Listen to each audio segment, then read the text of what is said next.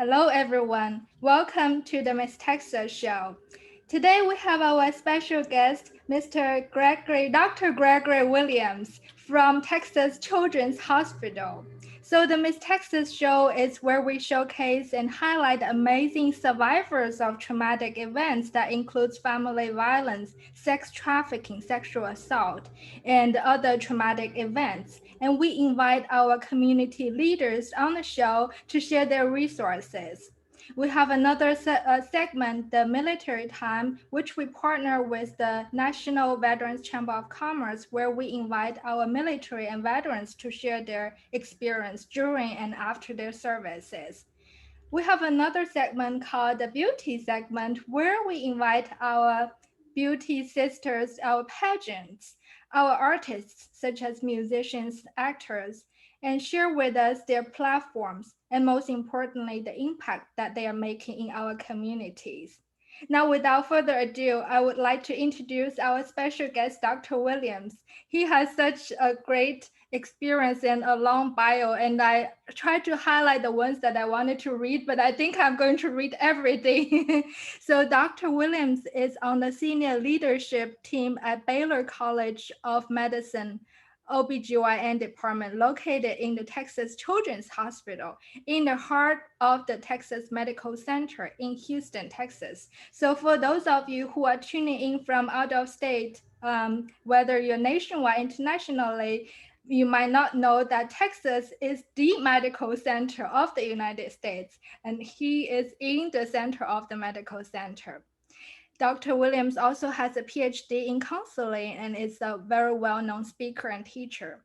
He is also the author of Shattered by Darkness, putting the pieces back together after child abuse. And later on, we're gonna ask him to share with us about his stories, how he went about and got involved in his books, etc. He has also two new books that will be released in early 2021. I will be excited to hear that. That is called Overcoming the Darkness, The Roadmap to Hope. And the other one is When the Dark Clouds Come, which is a youth version on the book to help teenagers deal with stressful moments in their lives. He is also on the advisory board of the Institute of Trauma Informed Practices of the Columbia College in Columbia, South Carolina. He is also the head of Baylor College of Medicine's pilot program in conjunction with Emory College and the University of San Diego Medical School in developing a curriculum for medical schools incorporating ACEs training at the residency and fellowship levels. And last but not least, he also has a live podcast that is called Breaking the Silence with Dr. Gregory Williams that is heard by over 1.6 million listeners each week. And this radio show then goes over 115 podcast networks around the world. Wow, so many achievements. Welcome, Dr. Williams. Well, it is an honor to be with you. I'm just excited that we're both from Houston. And, to be honest with you, it's a beautiful day in Houston. I'm looking right over the medical center here from my penthouse, and it's just great to be with you today. Absolutely. Welcome to the show. The honor is all mine. And I'm really excited that, you are here on this show. And at some point after the COVID, we hope that I can visit you at your penthouse. It is a beautiful day. I used to go to the medical center, every month for meetings. But right now, everything has gone virtual. Yeah, everything's shut down pretty close. I know. Now, we have mentioned earlier when we were reading about the book, your first book, and tell us like how, your personal experience and how you went about and started doing what you're doing now. Yeah, it's very interesting, at least I thought it was, because I think I'm 56, 57 years old. And a few years ago, my life just started spiraling downward with my physical and emotional, and my health was just going downhill fast. And I ended up having open heart surgery at 46 years old, and the doctors didn't know why. I hadn't put all the pieces together yet, of what happened to my heart, but they just found that by chance, opened up my chest, fixed my heart. And then as I started understanding what was going on, I realized that me holding all of my abuse inside of me over all the years, it was starting to affect me mentally, emotionally, psychologically, relationally, professionally, every Lee that you can find, it was affecting me. Yes. And finally, about 3 years ago, I started writing down my experiences. And I was sexually abused as a child all of my life up to my almost my 17th birthday. And what really kind of shocked me was I remember I was trying to think, but I was starting to write my stuff down in my journal, my personal journal, not even to do a book. It was just for me to try to get some help emotionally. I started writing it down. I thought, I wonder when the first time was.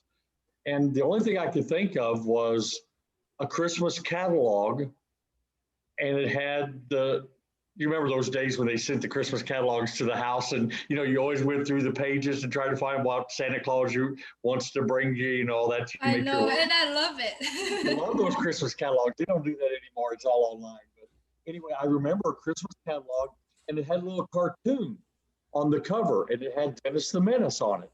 I just loved Dennis the Menace, and I remember that Christmas catalog vividly. So with the awesome technology of internet, I typed in one day while I was journaling, Christmas catalog with Dennis the Menace. There's only one. That was December 1967. And immediately I went, oh my God, I was only 4 years old. Oh. Was the first remembrance of me being sexually abused by my dad.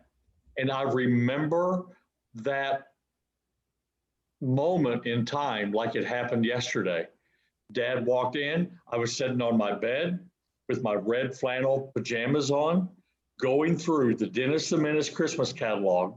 It was Sears, with Dennis the Menace on the front, going through and writing down the toys I wanted. He said, "Hey, son, what you doing?" I said, "Hey, I'm making my Santa Claus list, my wish list." And he said, "Okay, let me see it."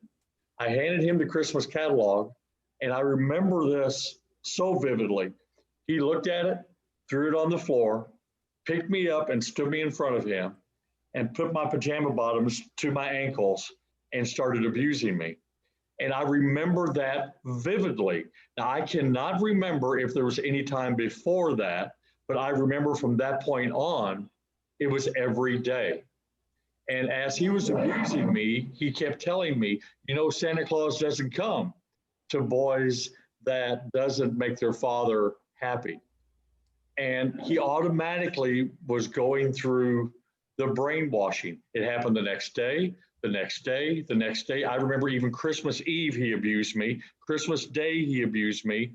And he kept saying that, oh, by the way, Santa Claus won't only come to you, but he won't come to your brothers either. And I had two older brothers. I thought, oh no. He was already, and of course, this world very well with abuse and trauma and trafficking. He was already starting to mold me, manipulate me, and brainwash me and groom me for what was going to end up being another 13 years of daily sexual abuse. So when I started writing that down, it just horrified me that my first recollection was 4 years old. I thought, wow. And then as I started journaling it, I started getting vivid pictures of everything that was happening to me all the way up to about my 17th birthday.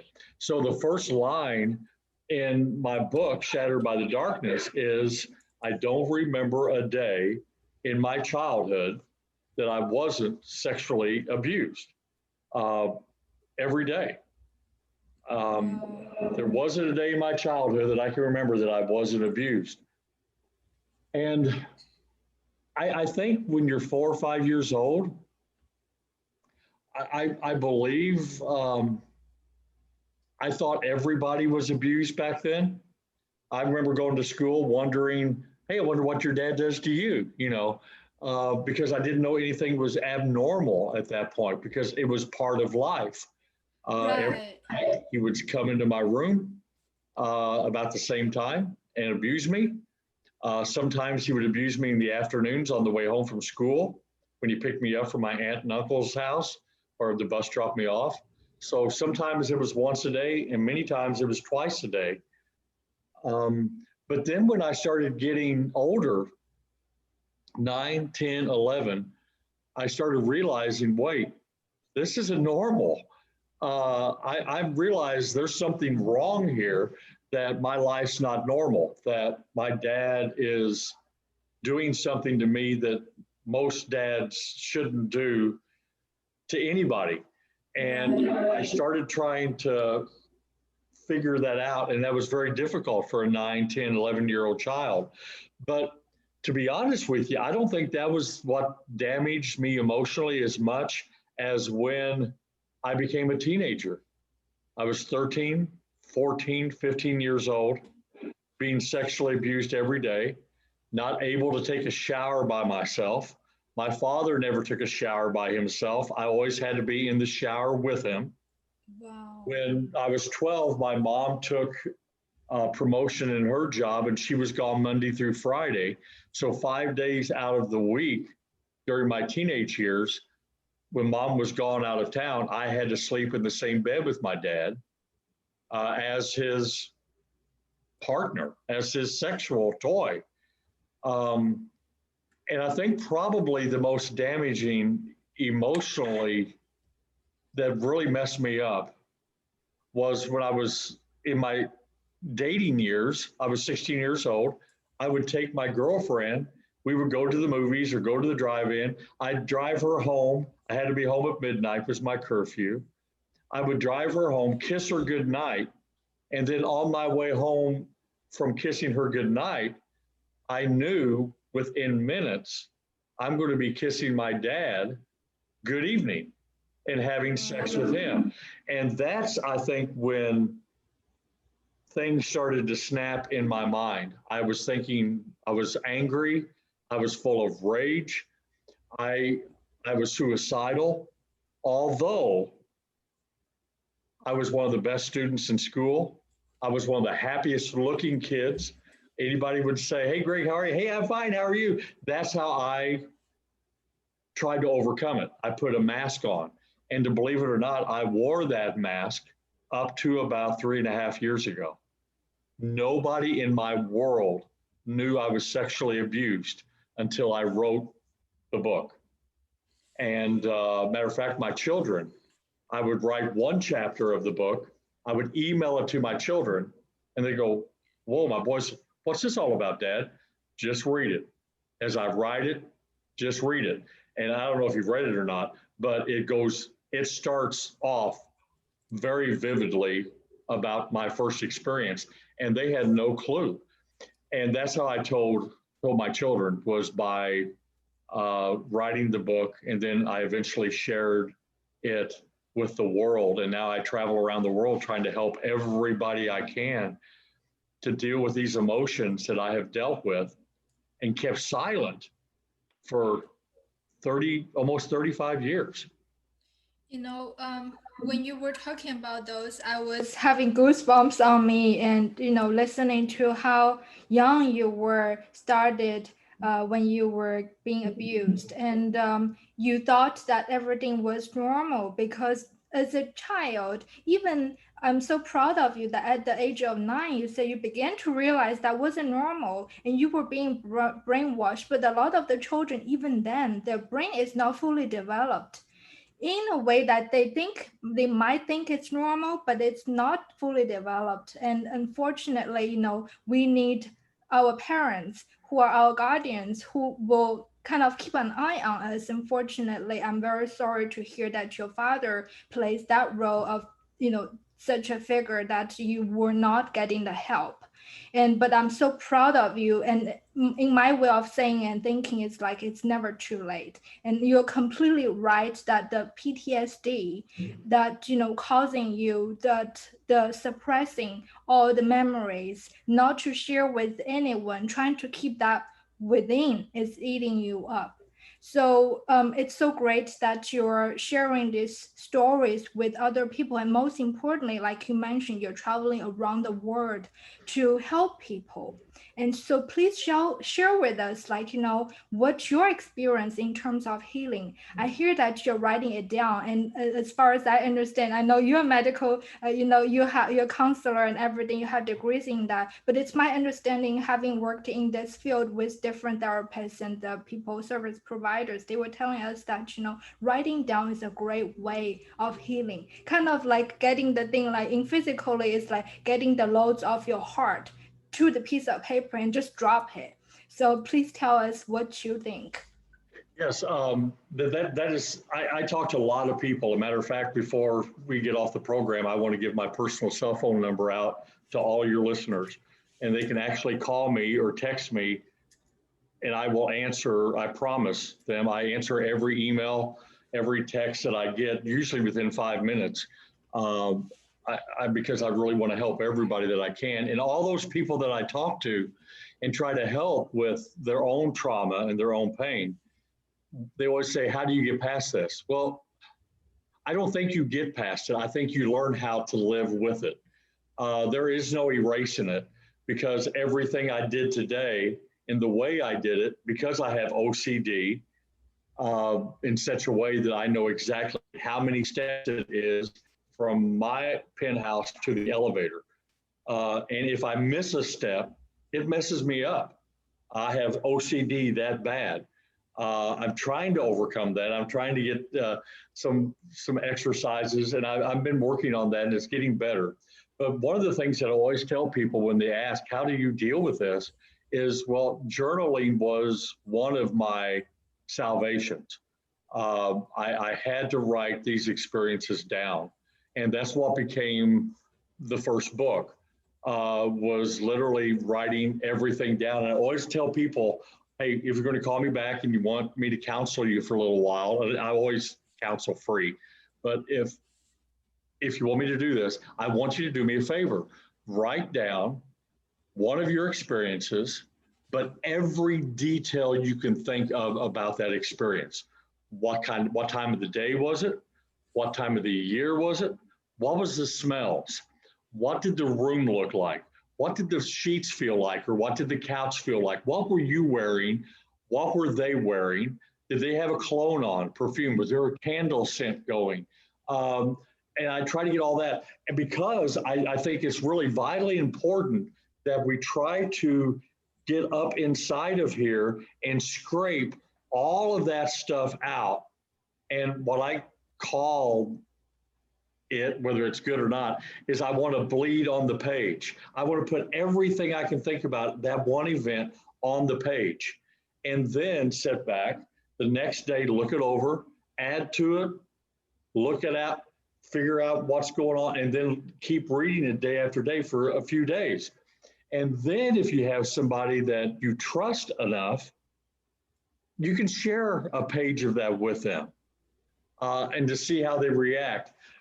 And then if they react bad, don't anymore. But it's nice when I started to share it with the world, the response I got. And I recognized at that point that I wasn't out of the norm. I'm not a freak. Uh, the thoughts I have, the emotions I have, the fears, the anxieties, the the crazy things that I think I do are not that crazy. Other people do the same thing, and it helps me deal with it. But I think journaling to me is one of my my highest recommendations of anybody. And then if you can, keep on doing all those. And that's how I built the book.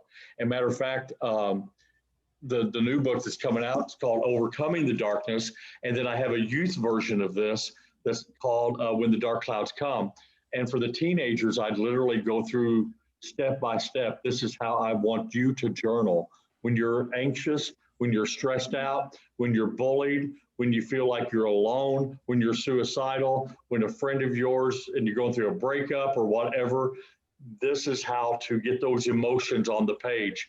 Because I think, have you ever been in a world right now that is crazy as ours? Everybody needs a way how to deal with their stress, their trauma, their anxiety. Let's face it, we all have mental health issues now, every one of us, no matter how we grew up, just because of this pandemic and what's happening in the United States, even like yesterday.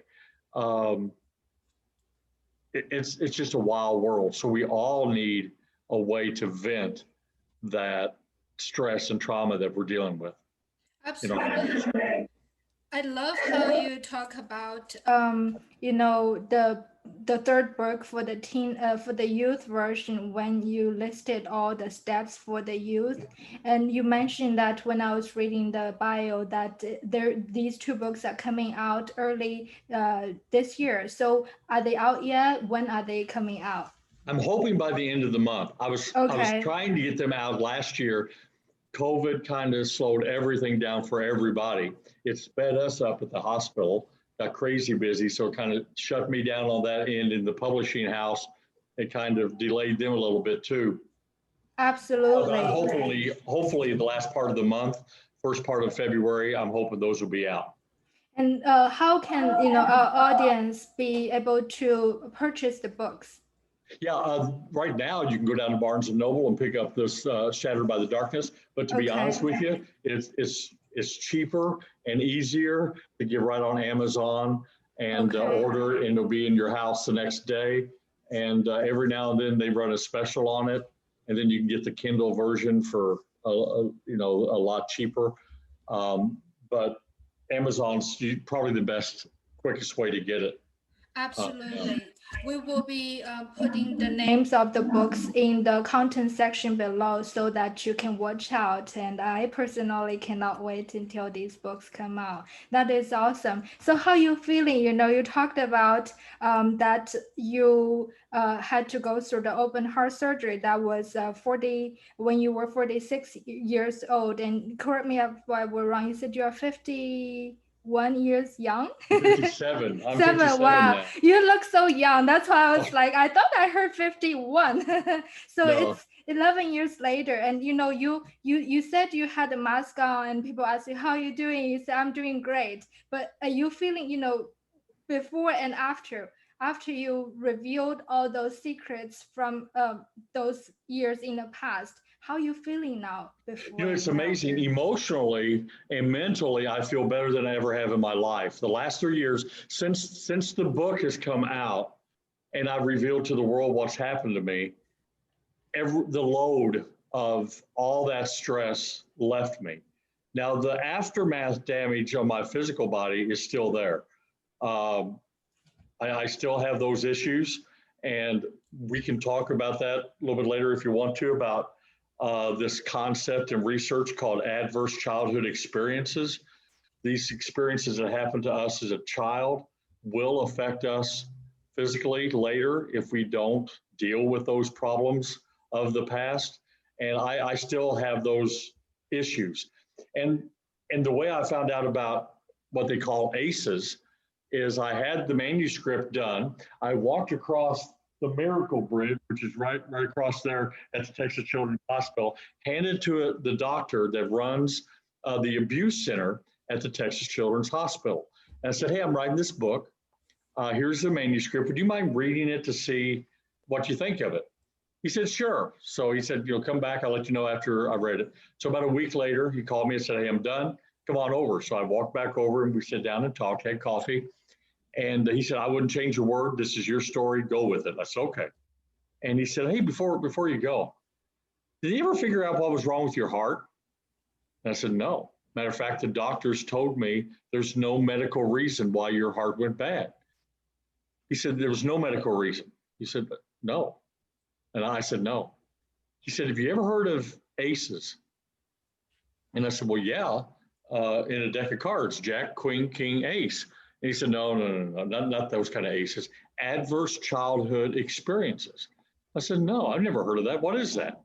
He said, well, when you get back to the office, I'll send you some medical journal articles on the research. And when I got back to the office and started reading that research, I went, oh my gosh, this is me. He said, this is what happened to my body, that I was holding all of that in.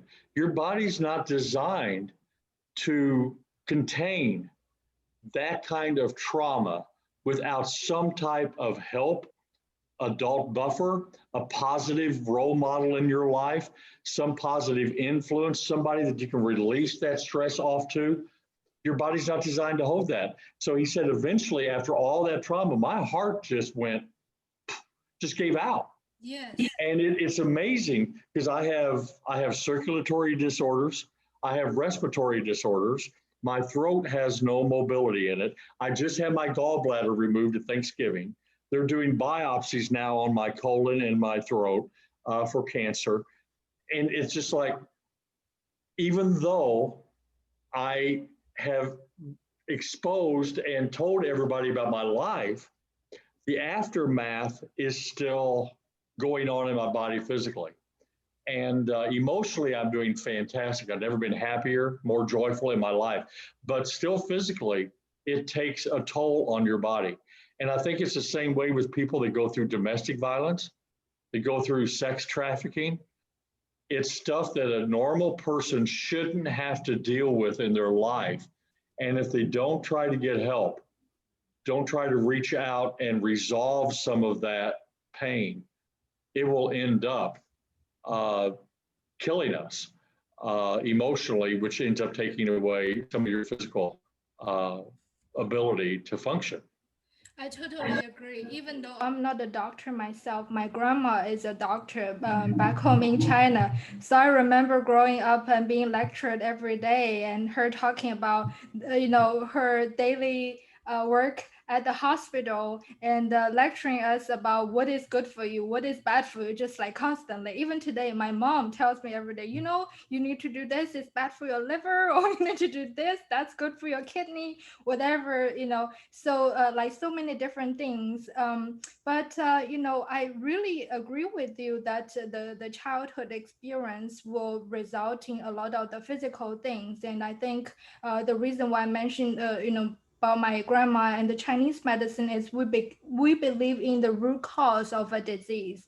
Unfortunately, in today's world, you have a headache without finding out what the cause of the headache. Perhaps, but this person is just stressed out. Well, take this painkiller. Then this person is gonna have some. If you're taking that on a very regularly level, you might have some kidney stuff. And then now we're gonna give you some medicine for kidney.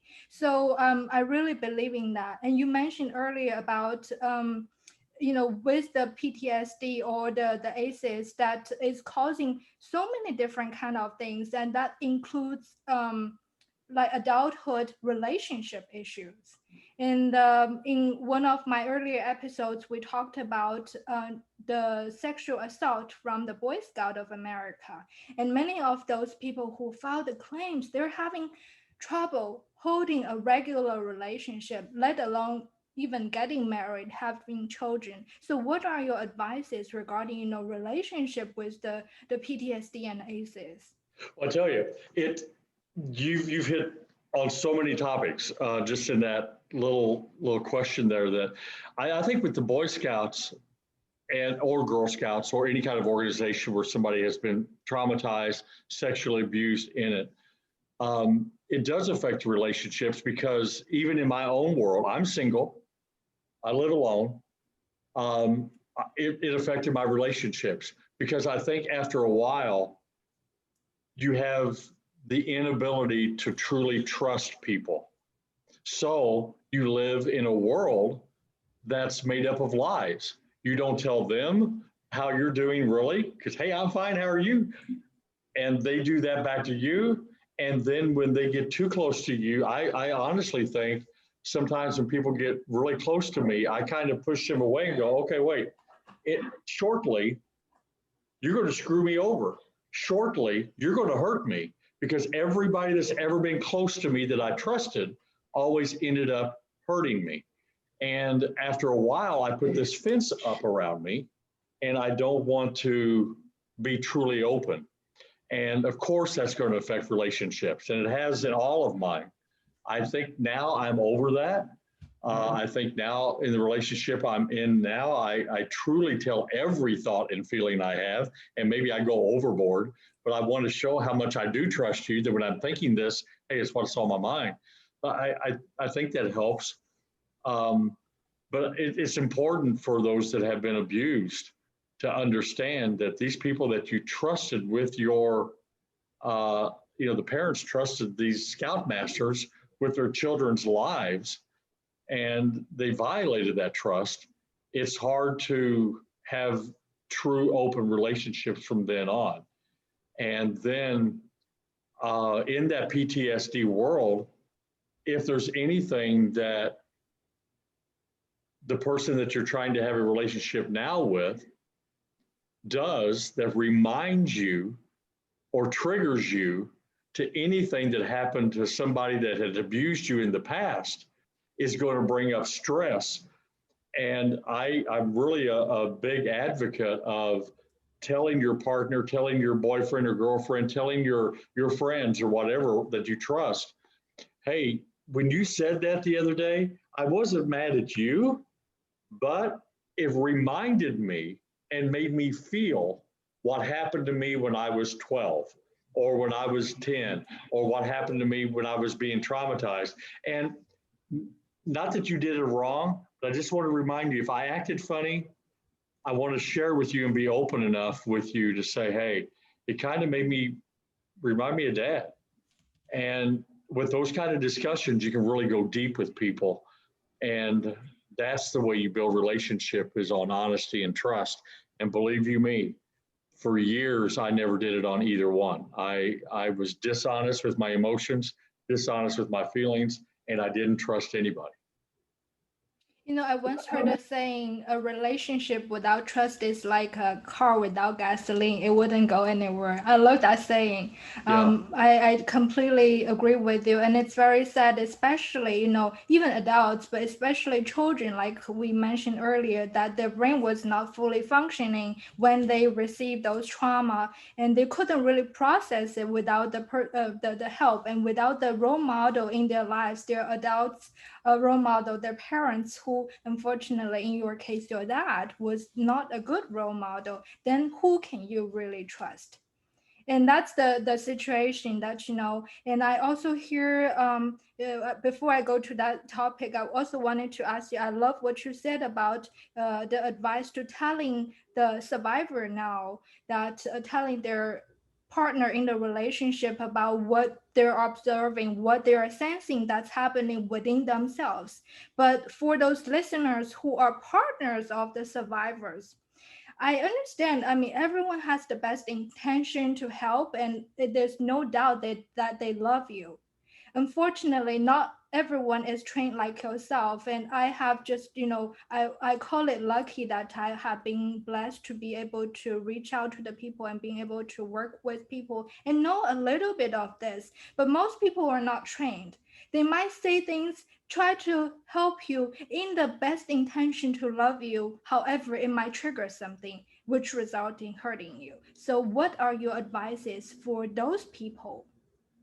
Well, I think probably the best thing that's helped me was I audited, and I audit frequently my own experiences of when I get excited or I get upset for no reason at all, or for a reason. I sit down and with my journal or notepad or just to sit and think, what caused me to feel that kind of pain or hurt or anger or disappointment, and then evaluate it. And for instance, um, not too long ago, I think it was just before COVID, I was starting to recognize around 3:30, 4 o'clock every day in the afternoon, I would get really tense. And it's like, what's going on with me? Am I eating wrong? Of course, I don't eat well anyway. Not too much sugar. Yeah, Cheetos and Twinkies and that kind of stuff for lunch or whatever. But anyway, so I was thinking, what's causing this? Maybe it is my diet, or maybe my medicine's off or something. I couldn't figure it out. And then I started auditing all those emotions. And it was at the same time. And then I started reading books on this kind of trauma and how to audit yourself. And then I started thinking, okay, no, wait, what happened in my life at 3:30, 4 o'clock every day that would cause me to get anxious? And then all of a sudden, the light bulb went off.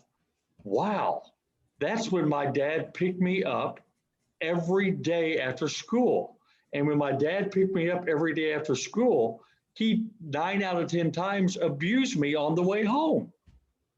So I would be abused twice that day. I'd be abused in the afternoon and in the evening. It never failed in the evening. But every now and then on the way home, 4 out of 5 times, he would abuse me. So I'm thinking, that's it. That's it. So when I recognized it, I can now counteract those emotions. No, okay, wait. It's, in about 2 hours, it's going to be 3:30 here in Houston. I know already I need to be in a place where I'm mentally set. When I start getting anxious, it's not what's going on around me now, it's what was going on around me then. Yes. And to understand, and once I put a name on the trigger, I can understand where I am and I can somehow control it better. And it becomes a reality. So even with people in my life, I try to let them know, hey, wait, at 3:30, 4 o'clock, if I get, kind of antsy or aggravated, I don't take it personal. I'm dealing with this. And now it's like positive stuff coming to me instead of me trying to push it off and just react to it. And I think recognizing those triggers, and I don't know if you have these in your life or the people that you've talked to and interviewed, but cologne, a certain type of cologne, if I smell Old Spice, men's cologne, which is a cheap old cologne a long time ago, immediately I get like this.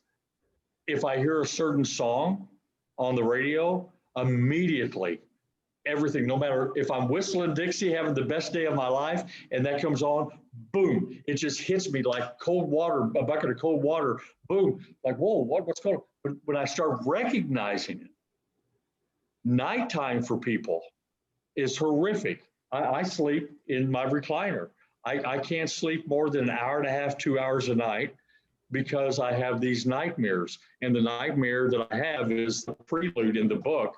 If I sleep more than 2 hours, I have this same nightmare over and over and over, and it's about the abuse.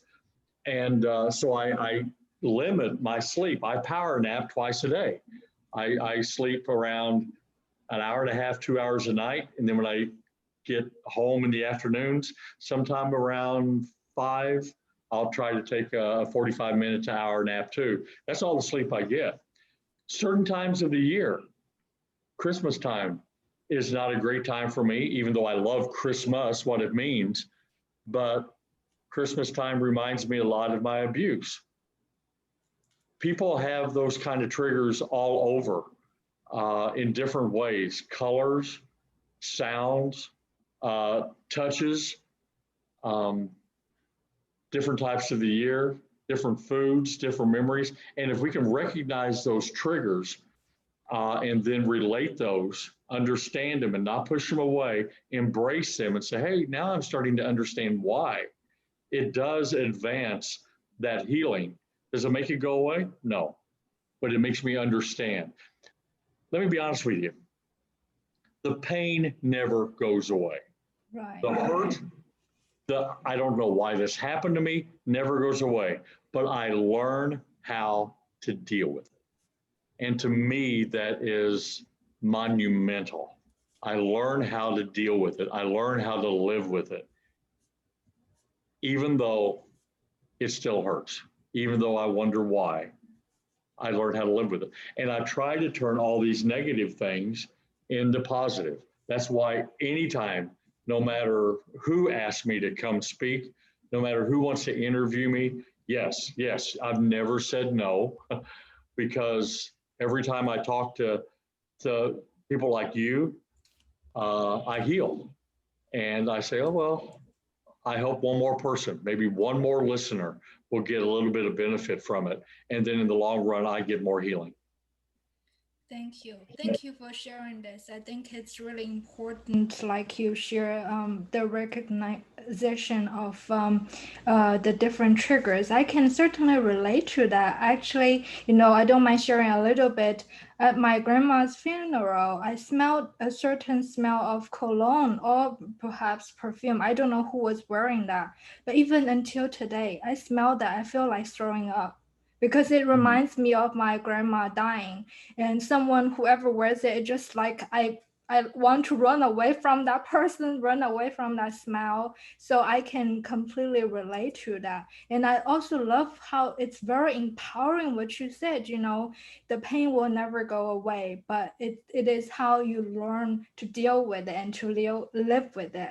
And most importantly, how empowering it is that you turn this negative thing into positive thing to help other people. I've had, from different survivors. In fact, the survivor advocates at our best advocates, you guys work so hard, really from the bottom of your heart, because this is not just for yourself, this is for other people too. And when you do this for other people, in turn, it heals you as well. So this, I just wanted to give kudos to you for the hard work and how many, you might, I read the bio was 1.6 million people that you have already impacted, and you're continuing to impact more people. And thank you so much for what you do. Yeah, there's I think this, I have a little, I think I have it in my notes here someplace. Yes. The first line in my new book that's coming out latter part of the month, Overcoming the Darkness. This is the first sentence in the first chapter, and it goes like this. Could it be that the worst pain that you've ever experienced in your life is the very key that you're going to use to unlock your destiny for the rest of your life? And that is the way I start the book out. And I end the book with answering absolutely, because that worst pain is the key for me to be able to open up what I have been designed to do. So instead of me going through life and damning my whole life, of saying that was the most awful thing, what life done to me, I try to repackage it and say, this is what life has done for me and how I can help other people. And I'd love to look at it as a journey. And you're on a journey, I'm on a journey. And right now, we're on the journey together. And we get to walking down the road together in this radio show. You're doing mine over in a week or so. And we get to walk down together and maybe coordinate some stuff, collaborate on some stuff in Houston. And then eventually you're going to go your way, I'm going to go mine, and we're going to find other people on the road that we can join hands and arms and say, hey, where are you going? Oh, I'm heading this direction. I want to go with you. I'll take you as far as I know. You take me as far as you know. And we learn from each other. And I think when we bubble up everything and say, hey, I don't care about anybody else but me, that's when we start doing damage to not only our own personal selves, but our families, the people that we have those divine connections with in life. Now, literally, every restaurant I go out to eat in, I look around for people. There's a table of a couple of people sitting at. I'll take them one of my business cards that has a picture of my book on it. So I just want to let you know, if you like to read, if you need anybody that knows anybody that needs help, here's my card, and just want to let you know. And normally, 8 out of 10 times, they'll say, hey, whoa, I went through something too. Pull up a chair. And I end up having a conversation with people that I would have never met in my life. And we end up talking about huge, intimate details of their lives of, wow, how did you deal with this? How can I deal with this? Do you feel this way? Oh, thanks for coming over to the table. And so instead of hiding it now, I'd literally tell everybody, hey, this is what happened to me. If you know of anybody that I can help, let me know. And it's not about the money because I don't charge. It's about the message. Right. And we can get that message to people. And wouldn't it, and that's what you're doing. You found a passion that you know is a need in not only Houston, but the entire world. And you're doing what you are designed to do and called to do and able to do so beautifully, make an impact in that area. You're changing the world. If everybody can do that in their own environment, in their own experiences, this world would be beautiful, be so much more of a beautiful place. Thank you for what you're saying. That means a lot to me. I think, I think that it's very important that we all do our share. For some reason, we're having a little bit of the issue with the mic. I don't know why. But I think it's great that we are all doing our own share, because just like exactly what you say, if we all do our own share, the world would be a much better place. And I feel blessed that I am in a place to help other people. And I wanted to provide this platform for the voices, as the voices of our victims, survivors, and advocates like yourself, like myself, who are passionate about it. And I always say that, if you love what you do, you never work a day. Every time, like when I do interviews like this, I'm so excited. I'm like, I can't wait. I'm so excited to, hear what you have to say and what we can do together in this journey, in this calling that I was called to do, just like you said. I always believe that there is a reason how people cross their paths, and there is never coincidence. It is sad that in some ways that we cross our paths in working in this, but we would never have met if we didn't, you didn't have this experience, and I'm not working with but whether survivors, advocates in this field, and we're doing the beautiful work. It's very sad, like you said, right now the world is just like a madhouse, so many different things happening, not just in Houston, not just in the United States, not just in the world, but you mentioned human trafficking alone. And, January is Human Trafficking and Awareness Month. I know a lot of the organizations, different shows, everyone is working on that. I also wanted to urge everyone to know that but despite of January itself being the awareness month, this is a whole, I always say, like a whole community's work to fight this together. It's not about me, I can fight it alone. It's not about you can fight it alone. It takes joint forces, and then it's only when we come join our forces together, we can fight this. So Yeah, I agree. I think our world used to be back in the post World War II era. Um, what I remember my mom and dad having these discussions. What happens in this house stays in this house. Don't tell anybody. And I think we're past that era anymore. We're reaping what we sowed there because we have this generation now that's not used to opening up and talking about their issues. And to be honest with you, with what we talked about earlier, the world is such a traumatic place now. Now's the time that we all need to open up and find places to release and talk and share and help each other. And we don't have to be the one person that solves all the problems.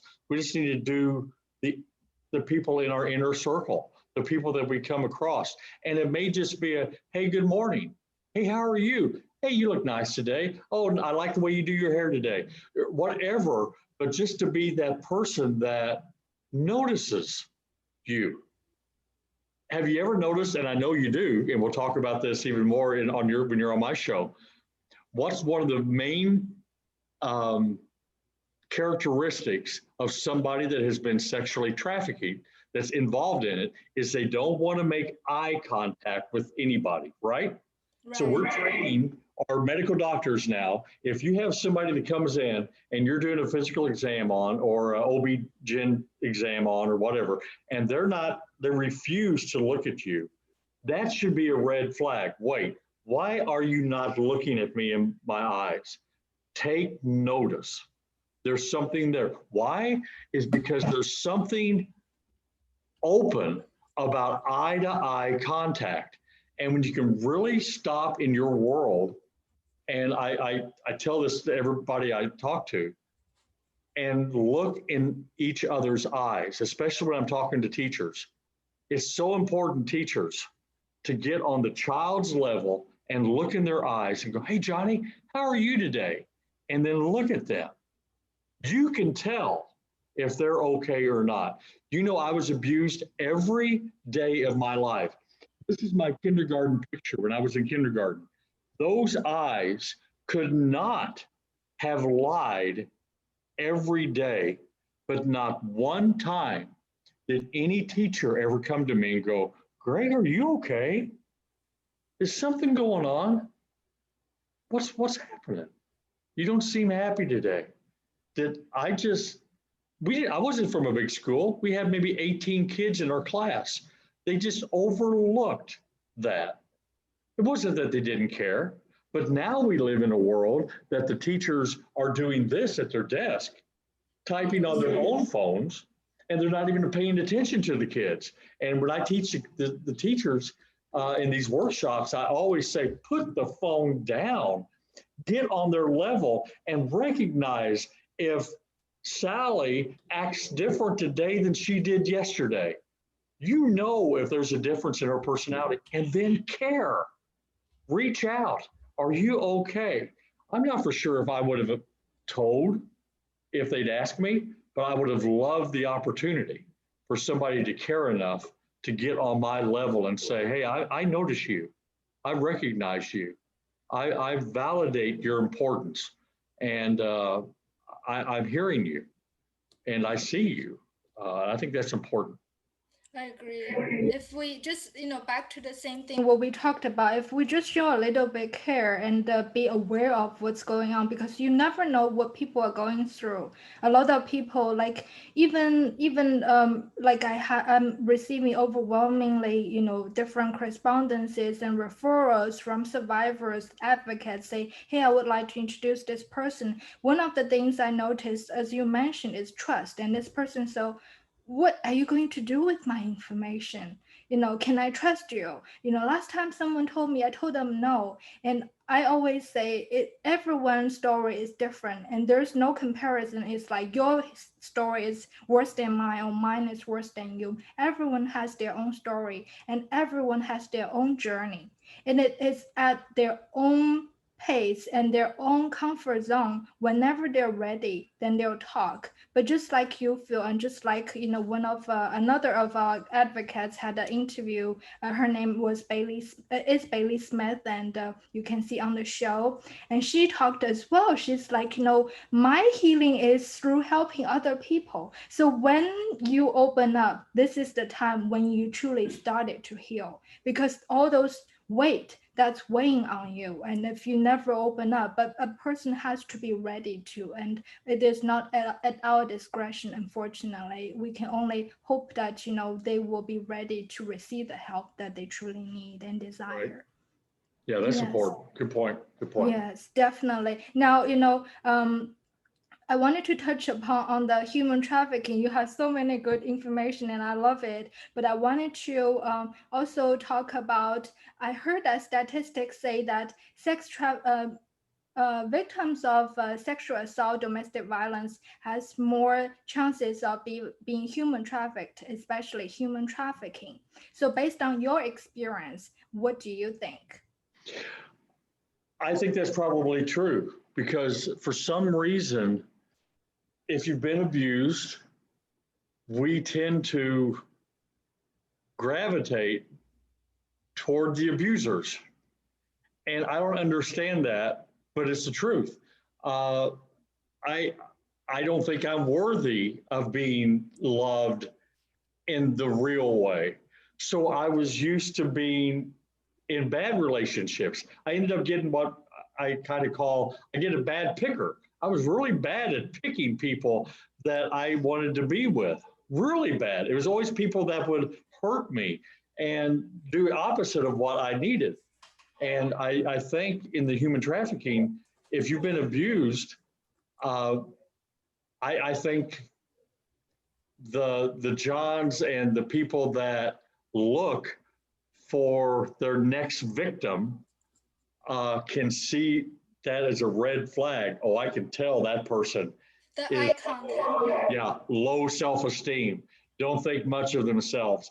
Don't, they go through all these. That's who I want to get, and all I have to do is go, wow, you look really nice today. And if you're not used to getting that, if you're used to being abused, you immediately go, wow, really? Thanks. And you crave that. And that's all those traffickers need, is to get somebody to stop and go, oh, really? Well, thanks.